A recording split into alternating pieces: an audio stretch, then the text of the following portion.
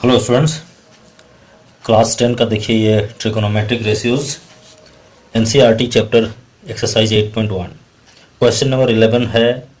ये objective question है, लेकिन बहुत ही जो ये क्वेश्चन है टिपिकल है, आपको इसका आंसर देने में सोचना जरूर पड़ेगा।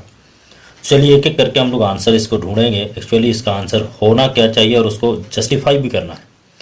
क्वेश्चन है state whether the following are true और false, justify your answer. True या फॉल्स क्या होगा और उसको आपको आंसर भी जस्टिफाई करना है। तो एक एक करके हम लोग चलते हैं। देखिए फर्स्ट है the value of 10a is always less than 1। आपको बोल रहा है कि 10a का जो वैल्यू है हमेशा 1 से छोटा होगा। क्या सही है? आप इसको जानेंगे।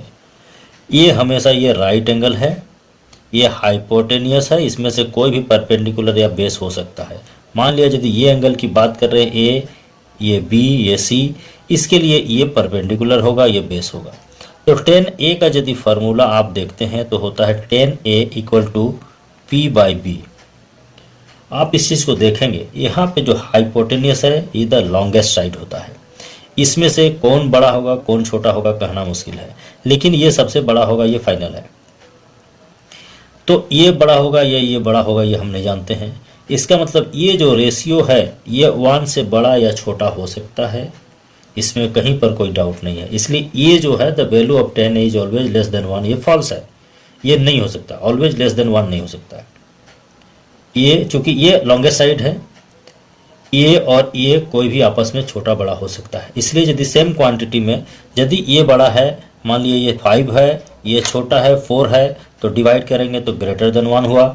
ये यदि छोटा है नीचे, ये यदि बड़ा है 4/5 होगा, लेस देन 1 होगा।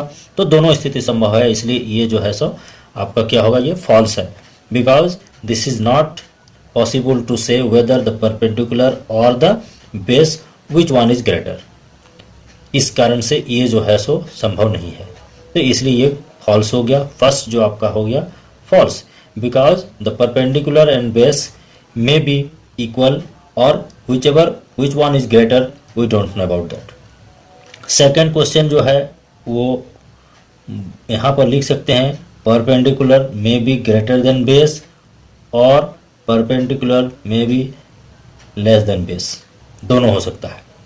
सेकेंड क्वेश्चन है sec A equal to 12/5 for some value of A. अब देख लेंगे यहाँ पे सेक ए की बात करता है। यदि सेक ए को आप नहीं जानते हैं तो आपको ये जानना होगा कि कॉस ए का इन्वर्स जो होता है सेक ए होता है। तो सेक ए यदि आपको 12/5 है तो कॉस ए का वैल्यू, इसको आप रेसिप्रोकल करेंगे तो 5/12 आएगा। अब यदि इसी ट्रायंगल की बात करें तो कॉस ए का वैल्यू क्या होना चाहिए? कॉस ए इसको यदि लेंगे तो बेस बाई हाइपोटेनियस, ये बेस बाई ये hypotenuse, this is base, this is hypotenuse, this is longest side, ये सबसे बड़ा साइड है। इसका मतलब ये जो क्वांटिटी है इससे हमेशा बड़ा होगा। तो यदि ऊपर में छोटा क्वांटिटी है, मान लिया 5 है, और नीचे में थोड़ा सा भी बड़ा कोई क्वांटिटी है, तो यदि इसको आप डिवाइड करेंगे तो ये 6 से क्या होगा, ये आपको ये चूंकि ये यदि 6 होता तो 6/6 होता तो 1 होता, ये छोटा है इसलिए ये ऑलवेज लेस देन 1। तो यानी साइन ए कॉस ए का वैल्यू हमेशा क्या होना चाहिए, 1 से लेस होना चाहिए। तो देखिए ये 5/12 है कॉस ए का वैल्यू, नीचे बड़ा नंबर है ऊपर छोटा नंबर है, ये वैल्यू हमेशा लेस देन 1 आएगा। इसका मतलब ये ट्रू है। बिकॉज आप क्या लिखेंगे, बिकॉज यहाँ आप देख रहे हैं value of cos A is less than 1, यहाँ पर लेस देन 1 वैल्यू आएगा, that is true. Question number 3 की बात करेंगे। Cos A is the एब्रेविएशन, cos A is the एब्रेविएशन used for cosecant of angle A, ये फॉल्स है।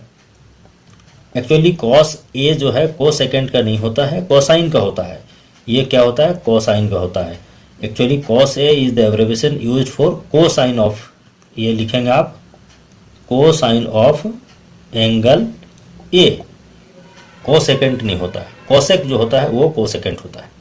कॉट ए की बात करेंगे अभी हम लोग क्वेश्चन नंबर 4 में। Cot A is the product of cot and A, this is false. Cot and A का प्रोडक्ट नहीं होता है, ये कॉट ए एक रेशियो होता है। कॉट ए जो होता है क्या होता है, रेशियो ऑफ साइड्स है, ये रेशियो ऑफ साइड्स होता है, रेशियो ऑफ साइड्स होता है। ये जो है product of cot and angle A कभी नहीं होता है। बस ये हमारा क्वेश्चन नंबर 5। ये क्वेश्चन को देखिएगा, साइन थीटा इक्वल टू 4/3। देखिए कोई भी साइन थीटा 4/3। यहाँ पर यदि इसी की बात करें हम लोग, तो किसी भी एंगल का क्या होता है, यदि साइन की बात करेंगे तो perpendicular by hypotenuse. Perpendicular by hypotenuse, hypotenuse is the longest side. तो परपेंडिकुलर जब भी होगा तो हाइपोटेन्यूस से छोटा होगा। या ऊपर का जो क्वांटिटी है मान लिया 7 है, तो ये h जो है इससे हमेशा बड़ा होगा, तो ऊपर में छोटा होगा। यदि इसको डिवाइड करेंगे तो हमेशा आना चाहिए लेस देन 1, यानी साइन थीटा का वैल्यू भी क्या होना चाहिए, ऑलवेज लेस देन 1 होना चाहिए। यहाँ पर आप देख रहे हैं 4/3 है, आप यदि 4 को डिवाइड करेंगे 3 से, ये ग्रेटर देन 1 होगा। इसका मतलब ये फॉल्स है, ये नहीं हो सकता है। कारण यहाँ पर लिखेंगे sine theta, that is value of sine theta must be less then 1। यहाँ पर लिखेंगे because 4/3 is greater than 1। 4/3 greater than 1 है और साइन थीटा का वैल्यू ग्रेटर देन 1 नहीं होना चाहिए, इसलिए ये फॉल्स होगा। मेरे ख्याल से आप इसको बहुत अच्छी तरह से समझ गए हैं। अच्छा लगे बार बार आप क्वेश्चन सेंड करें। Thank you so much.